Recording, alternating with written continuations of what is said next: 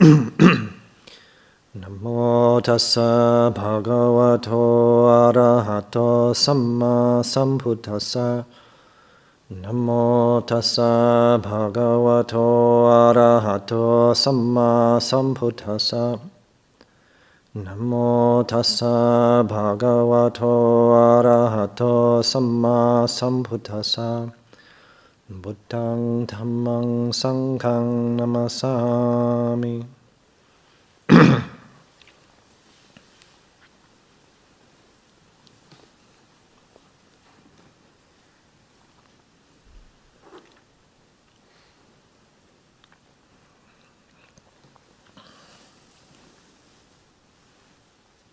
It's been a long time since I've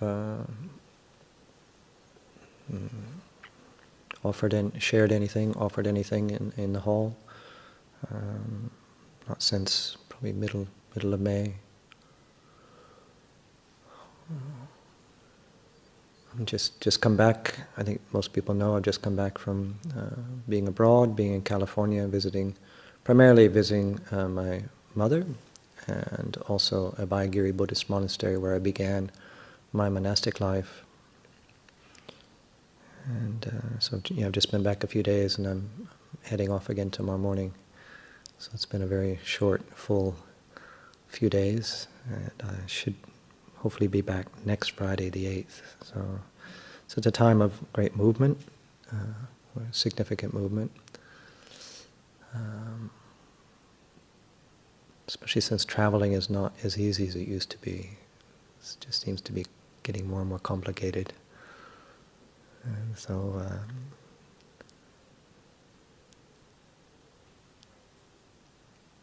but it's not just me that's moving. A lot of this time of year is quite usual for members of our monastic communities. Not everywhere, but it is a time of movement because in just 15 days' time is the beginning of the traditional rains retreat. It's the monsoon season in Asia, Southeast Asia, South Asia, and that's the entering of what's referred to in the Pali tradition, our Pali tradition, as the Vasa, the rains retreat.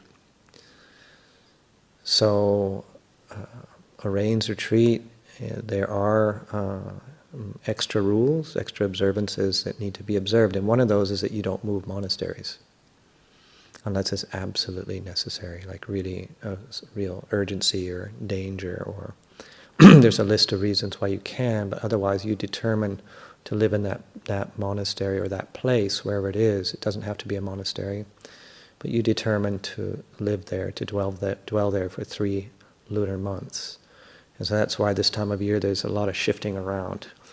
So even people who are fairly newly arrived here will notice a lot of new faces maybe in the monastic community, and there's still more movement to go, and there's a couple of people yet to get to where they're intending to spend the Vasa, and we still have three people expected to arrive here.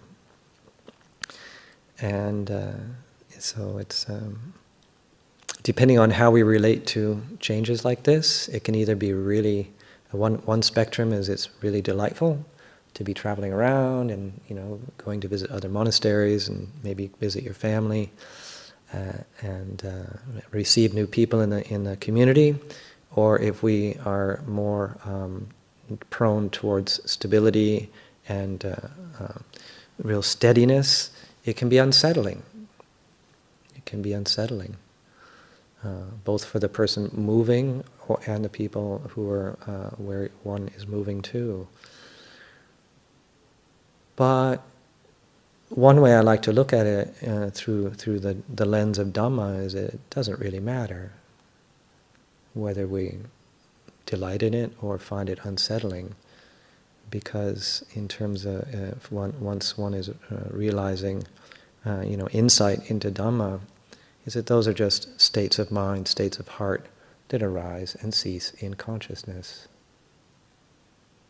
So that's a big, profound statement, and that's just offered as reflection, because easy words to say, but it's how easy is that to realize in one's heart and in one's consciousness, in the mind. So that's the goal. So I've sort of cut to the chase in a way.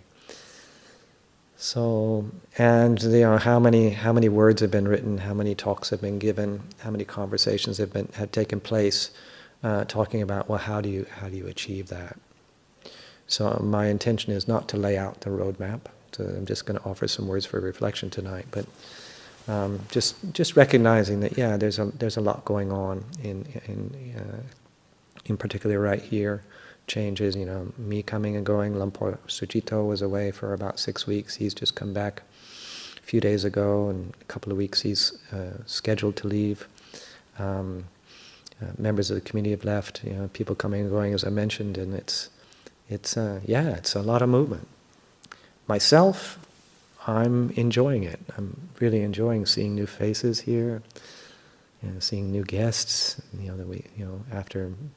It's only been a couple of months since we've opened up the guest scene to short-term guests, and I'm really, really happy and delighted that people, we can all participate in places like this and go to other places. And there's moments of sadness. You see people go that we've been living with. I feel that. People also that I brought into monastic life. In my role here. People I really care about in moving on, and that's life, isn't it? That's just life. The comings and goings, the people we meet, spend time with, places we go to, spend time at, and this is this flow of life and the great spectrum of human experience.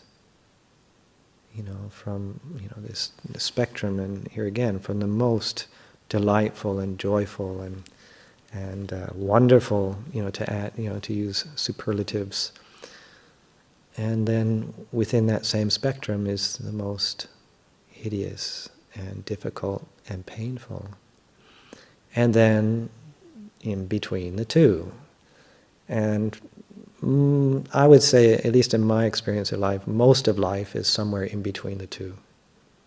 It's somewhere, it's the extremes, at least in my life so far, have been, it's not so much in the extreme range of the spectrum, but somewhere in between those. And so for all of us in this room tonight, or if we're tuning in on the live stream, we're here because we're interested in peace. So peace can be defined in many ways. And one can say, like you can go to a place and say, "Oh, it's so peaceful there." One day I managed to get to the seaside in California, and I went quite early on a weekday, and there was hardly anybody there. It's a beach that you have to walk about 2 miles from the parking lot, from the car park, 2 miles in, 2 miles out. So it seems to keep people away, especially in America. Like a lot of countries, a great addiction to cars. And so I was actually there on my own for a good hour, nobody else there. And it was incredibly peaceful. I could put that in the category of peaceful. Now, can I go into downtown San Francisco, because that's near where I was? If I'd gone into downtown San Francisco at the same time of the morning, sort of tail end of rush hour, would I be able to label that as peaceful? On a mundane level, I probably would have said, well, no, it's not, there's horns honking and traffic and delivery bicycles zipping past and cable cars clanking and things. I didn't go in there, by the way, but I probably wouldn't have labeled it as peaceful. But because those labels that for those experiences that I'm describing are mundane experiences. These are ordinary, mundane experiences. And the way I like to reflect on the Buddhist teachings, and hopefully that's within the realm of being a correct, right view, is that that's not the peace that the Buddha was encouraging us to realize. Buddha was encouraging a different type of peace.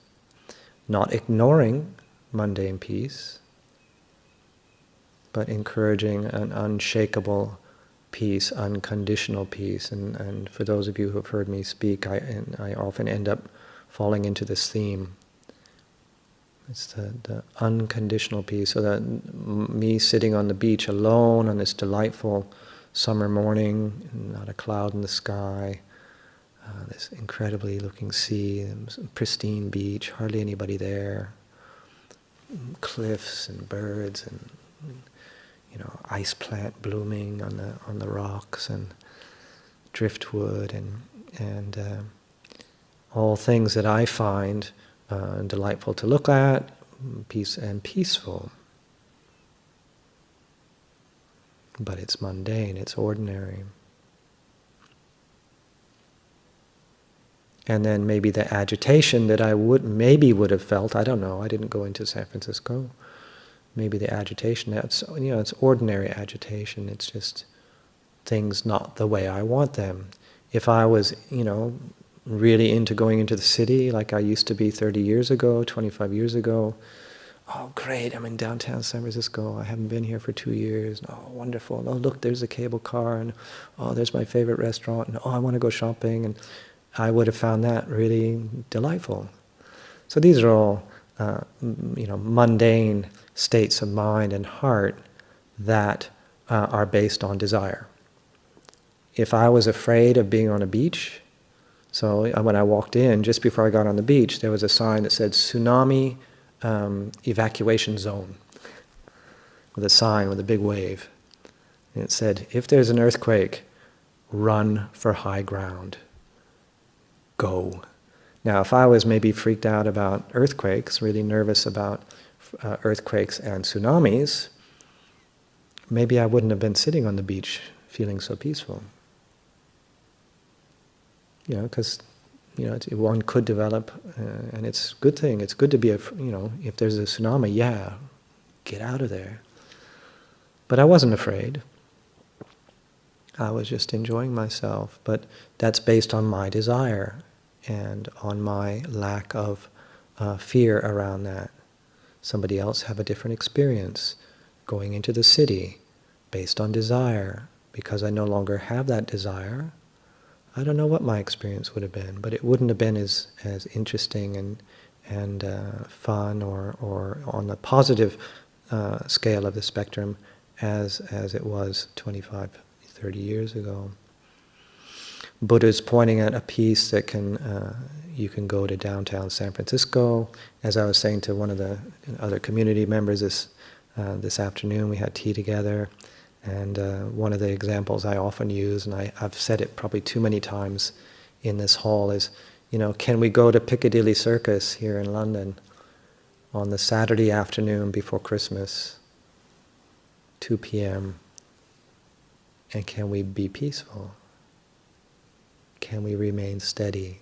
Can we be at peace with and for anybody who's ever been to Piccadilly Circus at 2 p.m. on the Saturday before Christmas, it's pretty full on. It's a very active place.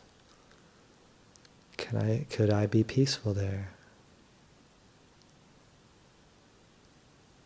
Can I be peaceful with not getting the opportunity to go to the beach, Tennessee Valley Beach? Could I be peaceful if all of a sudden that opportunity was canceled? So it's the peace that can receive what I labeled as peaceful, can it receive that without clinging and grasping, grabbing?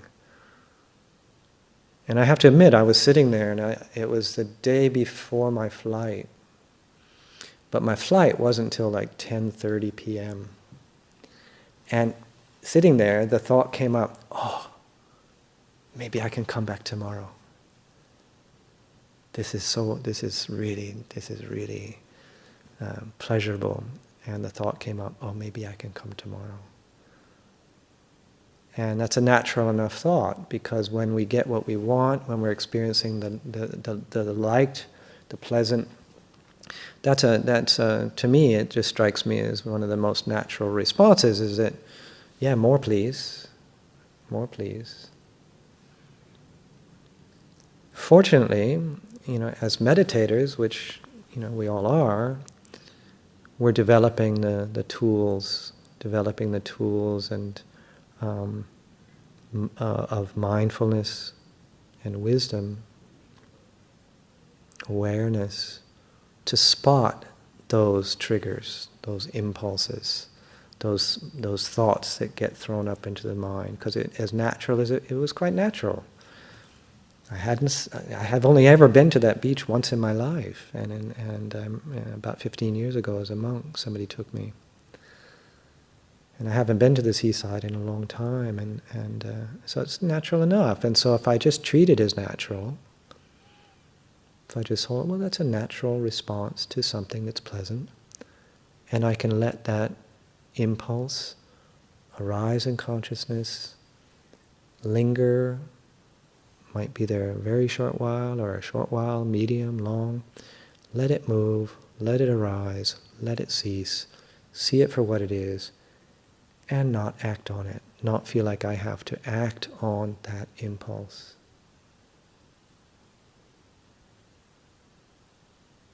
Now I'm using a very, very benign example, probably about one of the most benign examples I can find right now. So what's it like when something is, serious? What we label as serious, important. So what happens when those, are impulses that arise from things that are really, no, this is not just a walk on the beach. How do we receive news? How do we receive experiences?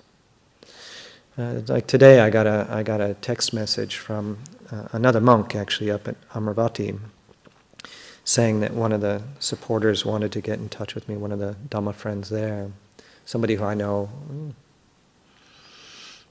haven't seen for a long time, so they didn't have my contact details. And because this friend of the monastery, their 96-year-old mother, has recently passed away, about almost 2 weeks ago. And the funeral is going to be at Amaravati on the 7th of July. And so they wanted to let me know, and so I gave this friend a call, expressed condolences. And I'd only met the mother, no more than 2 times. And the last time, I think she was just 90. But I was very struck by that meeting, because it was somebody that I felt, just my own perception, was just so at ease. She came to it was a novice going forth ceremony, so Anagarkas becoming novices. There were 3 of them at once, and I was the mentor, and I had prepared their ceremony, and I'd helped them get their requisites together. And so this friend of the monastery is a potter, a very gifted potter, and she made the alms bowls specifically for that ceremony. And her mother, the woman who's just passed away, her mother so much wanted to participate that she sponsored the clay, because it's one thing to be a potter, but you need clay. And so I made sure that they knew when the ceremony was, and they came, And then afterwards I made sure that they had an opportunity to come and meet the candidates, the newly gone forth samaneras or novices. And I really clearly remember that moment, and how accurate my perceptions are, my memories, I don't know, but the way I remember is just this person standing there, the mother and daughter, just standing there, and the mother, they were both just so joyful and so, just brimming with good feelings, overflowing with good feelings.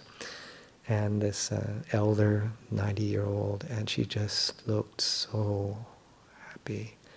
So that's my memory of her in my mind, in my mind's eye. And so when I was speaking with her daughter today, we were recollecting that moment. And apparently the elder's death could not have been more peaceful. She died peacefully, in her sleep, easily. And the carers, and she died at home, but the carers that were there all along during the care period as well as afterwards were commenting on how there's something special about this person that we're caring for. They felt something special that they couldn't quite describe or put their finger on.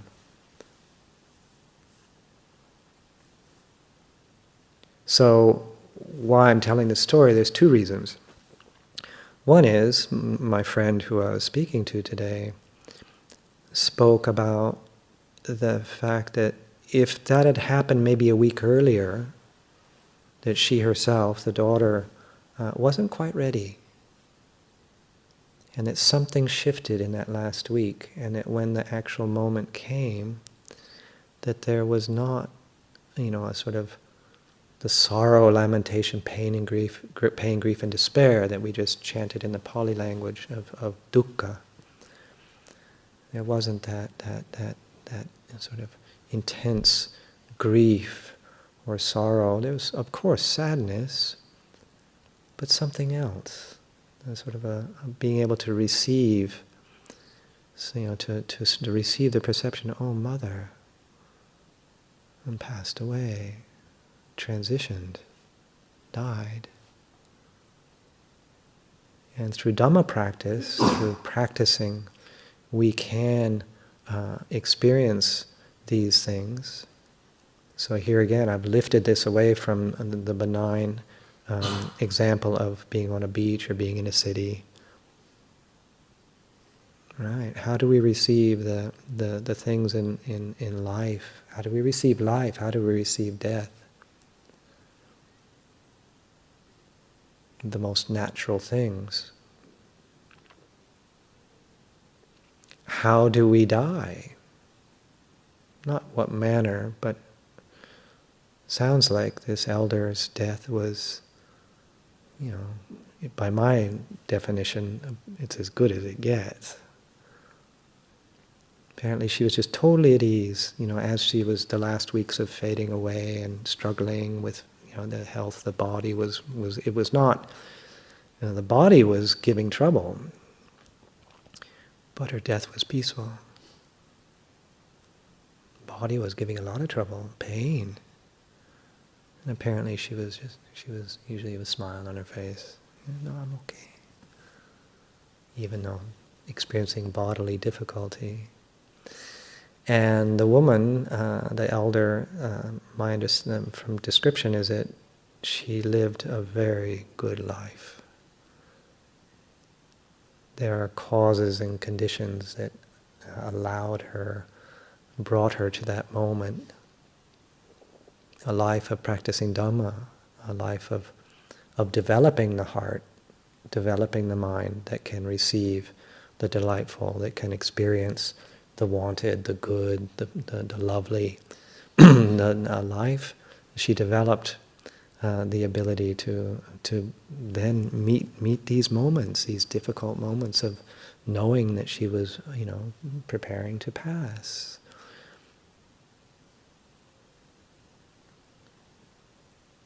practicing Dhamma, practicing Dhamma, generosity, a generous life. A person who had made her life, she made her life. It didn't just manifest out of nothing. She made her life. And then this long life of practicing.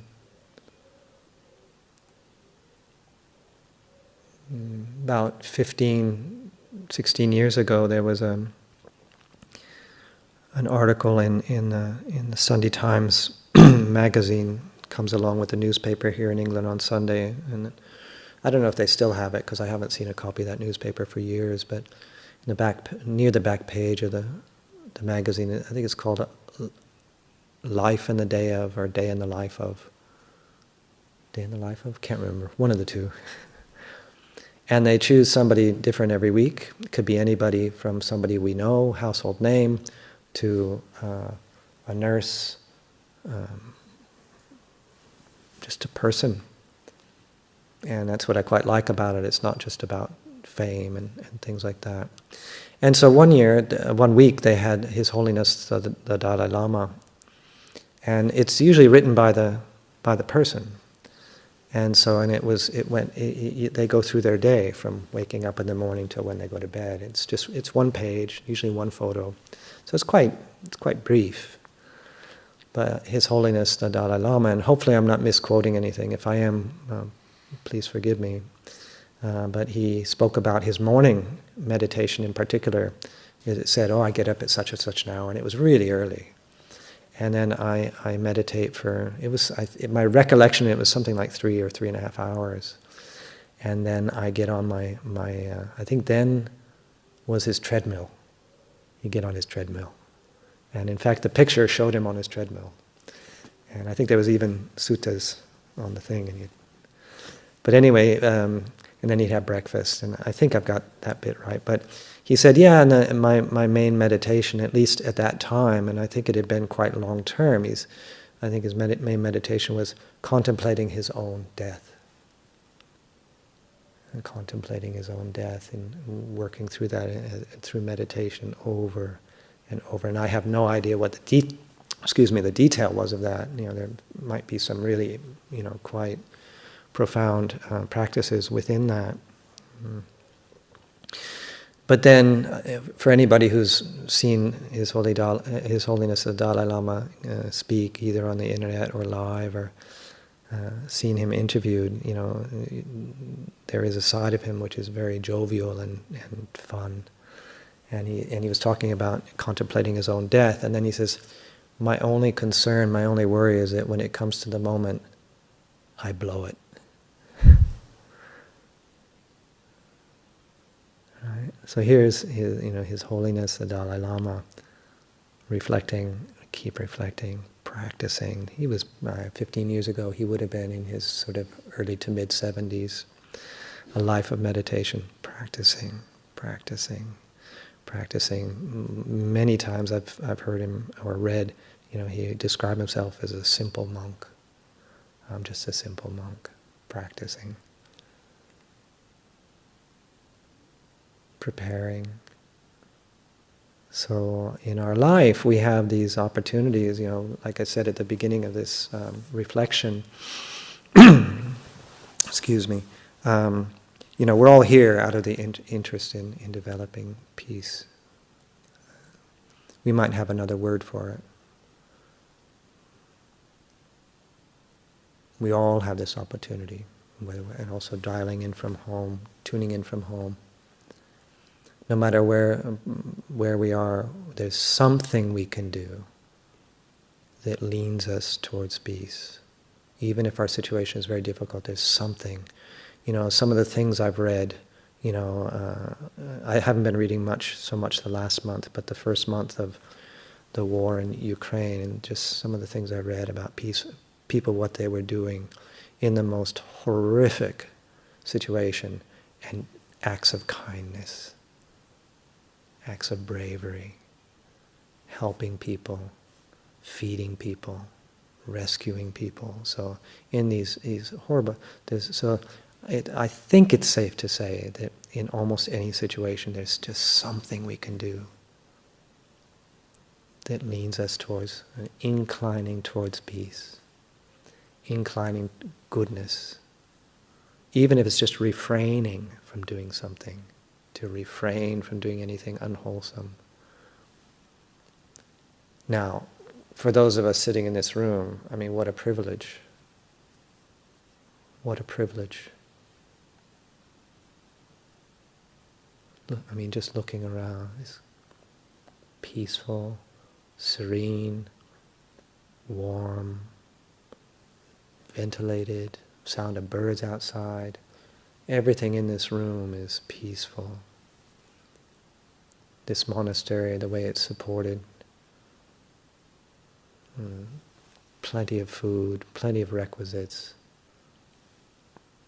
Everything offered, everything was given, free will, everything freely given, so that we can practice not just we, so that anybody can walk down this driveway, anybody, that we can all practice kindness, generosity, meditation, develop wisdom, precepts, practice goodness. Every one of us is living, endeavoring to live with precepts, refraining from doing harmful things, cultivating the good.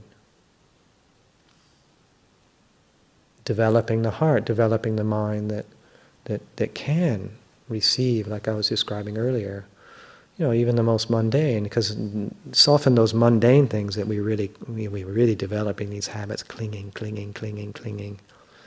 And you can do it in the monastery. Just because we're here doesn't mean that we can't cling. But everything, or so much of everything here, so much of what's here, is pointing us towards, reminding us to develop those qualities, those habits of letting go. We walk into a room, almost every room it seems has a Buddha Rupa. Okay, do we just ignore it?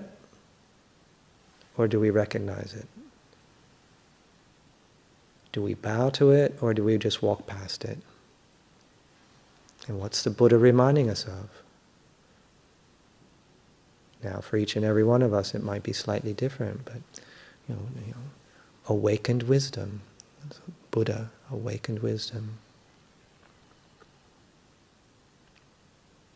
Looking at each other, especially in the monastic form because of our dress, what do we see? Do we see a personality, or do we see a person who's devoting their life to developing peace, kindness, purity of conduct?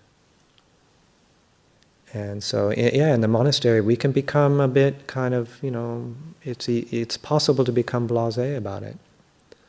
It's possible to become, you just start to, in the beginning it's all really, because it's new, it's very obvious and impactful maybe. As time goes by, it can become ordinary. But we can, if we stay on top of that with mindfulness, really, we can recognize it when we are becoming maybe a little bit blasé, and that's an aspect of mindfulness. Mindfulness is what will notice that, and we can reinvigorate ourselves.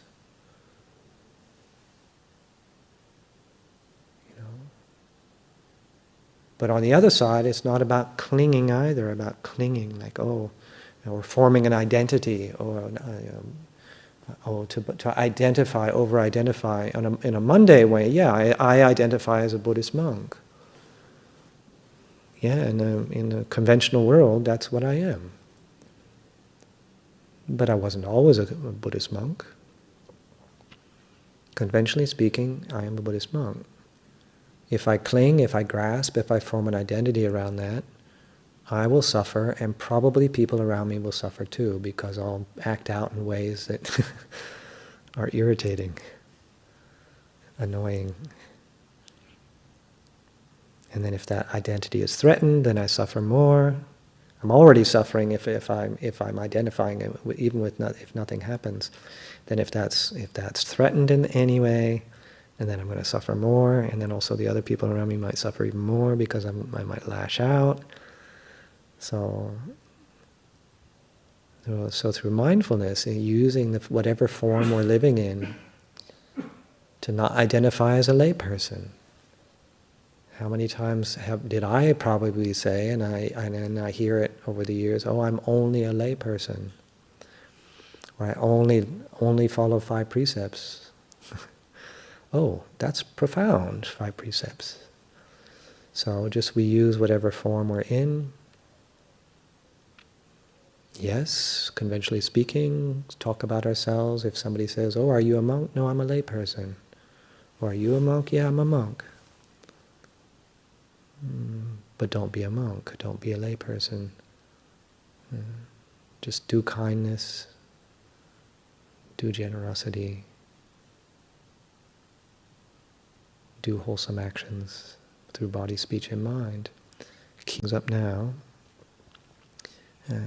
Leave this as a reflection, and and it really is just meant as a reflection. These are not words to be believed in or clung to.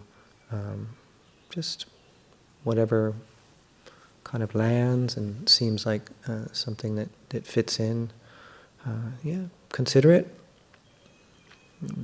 Maybe apply what seems useful. So I'll leave it there.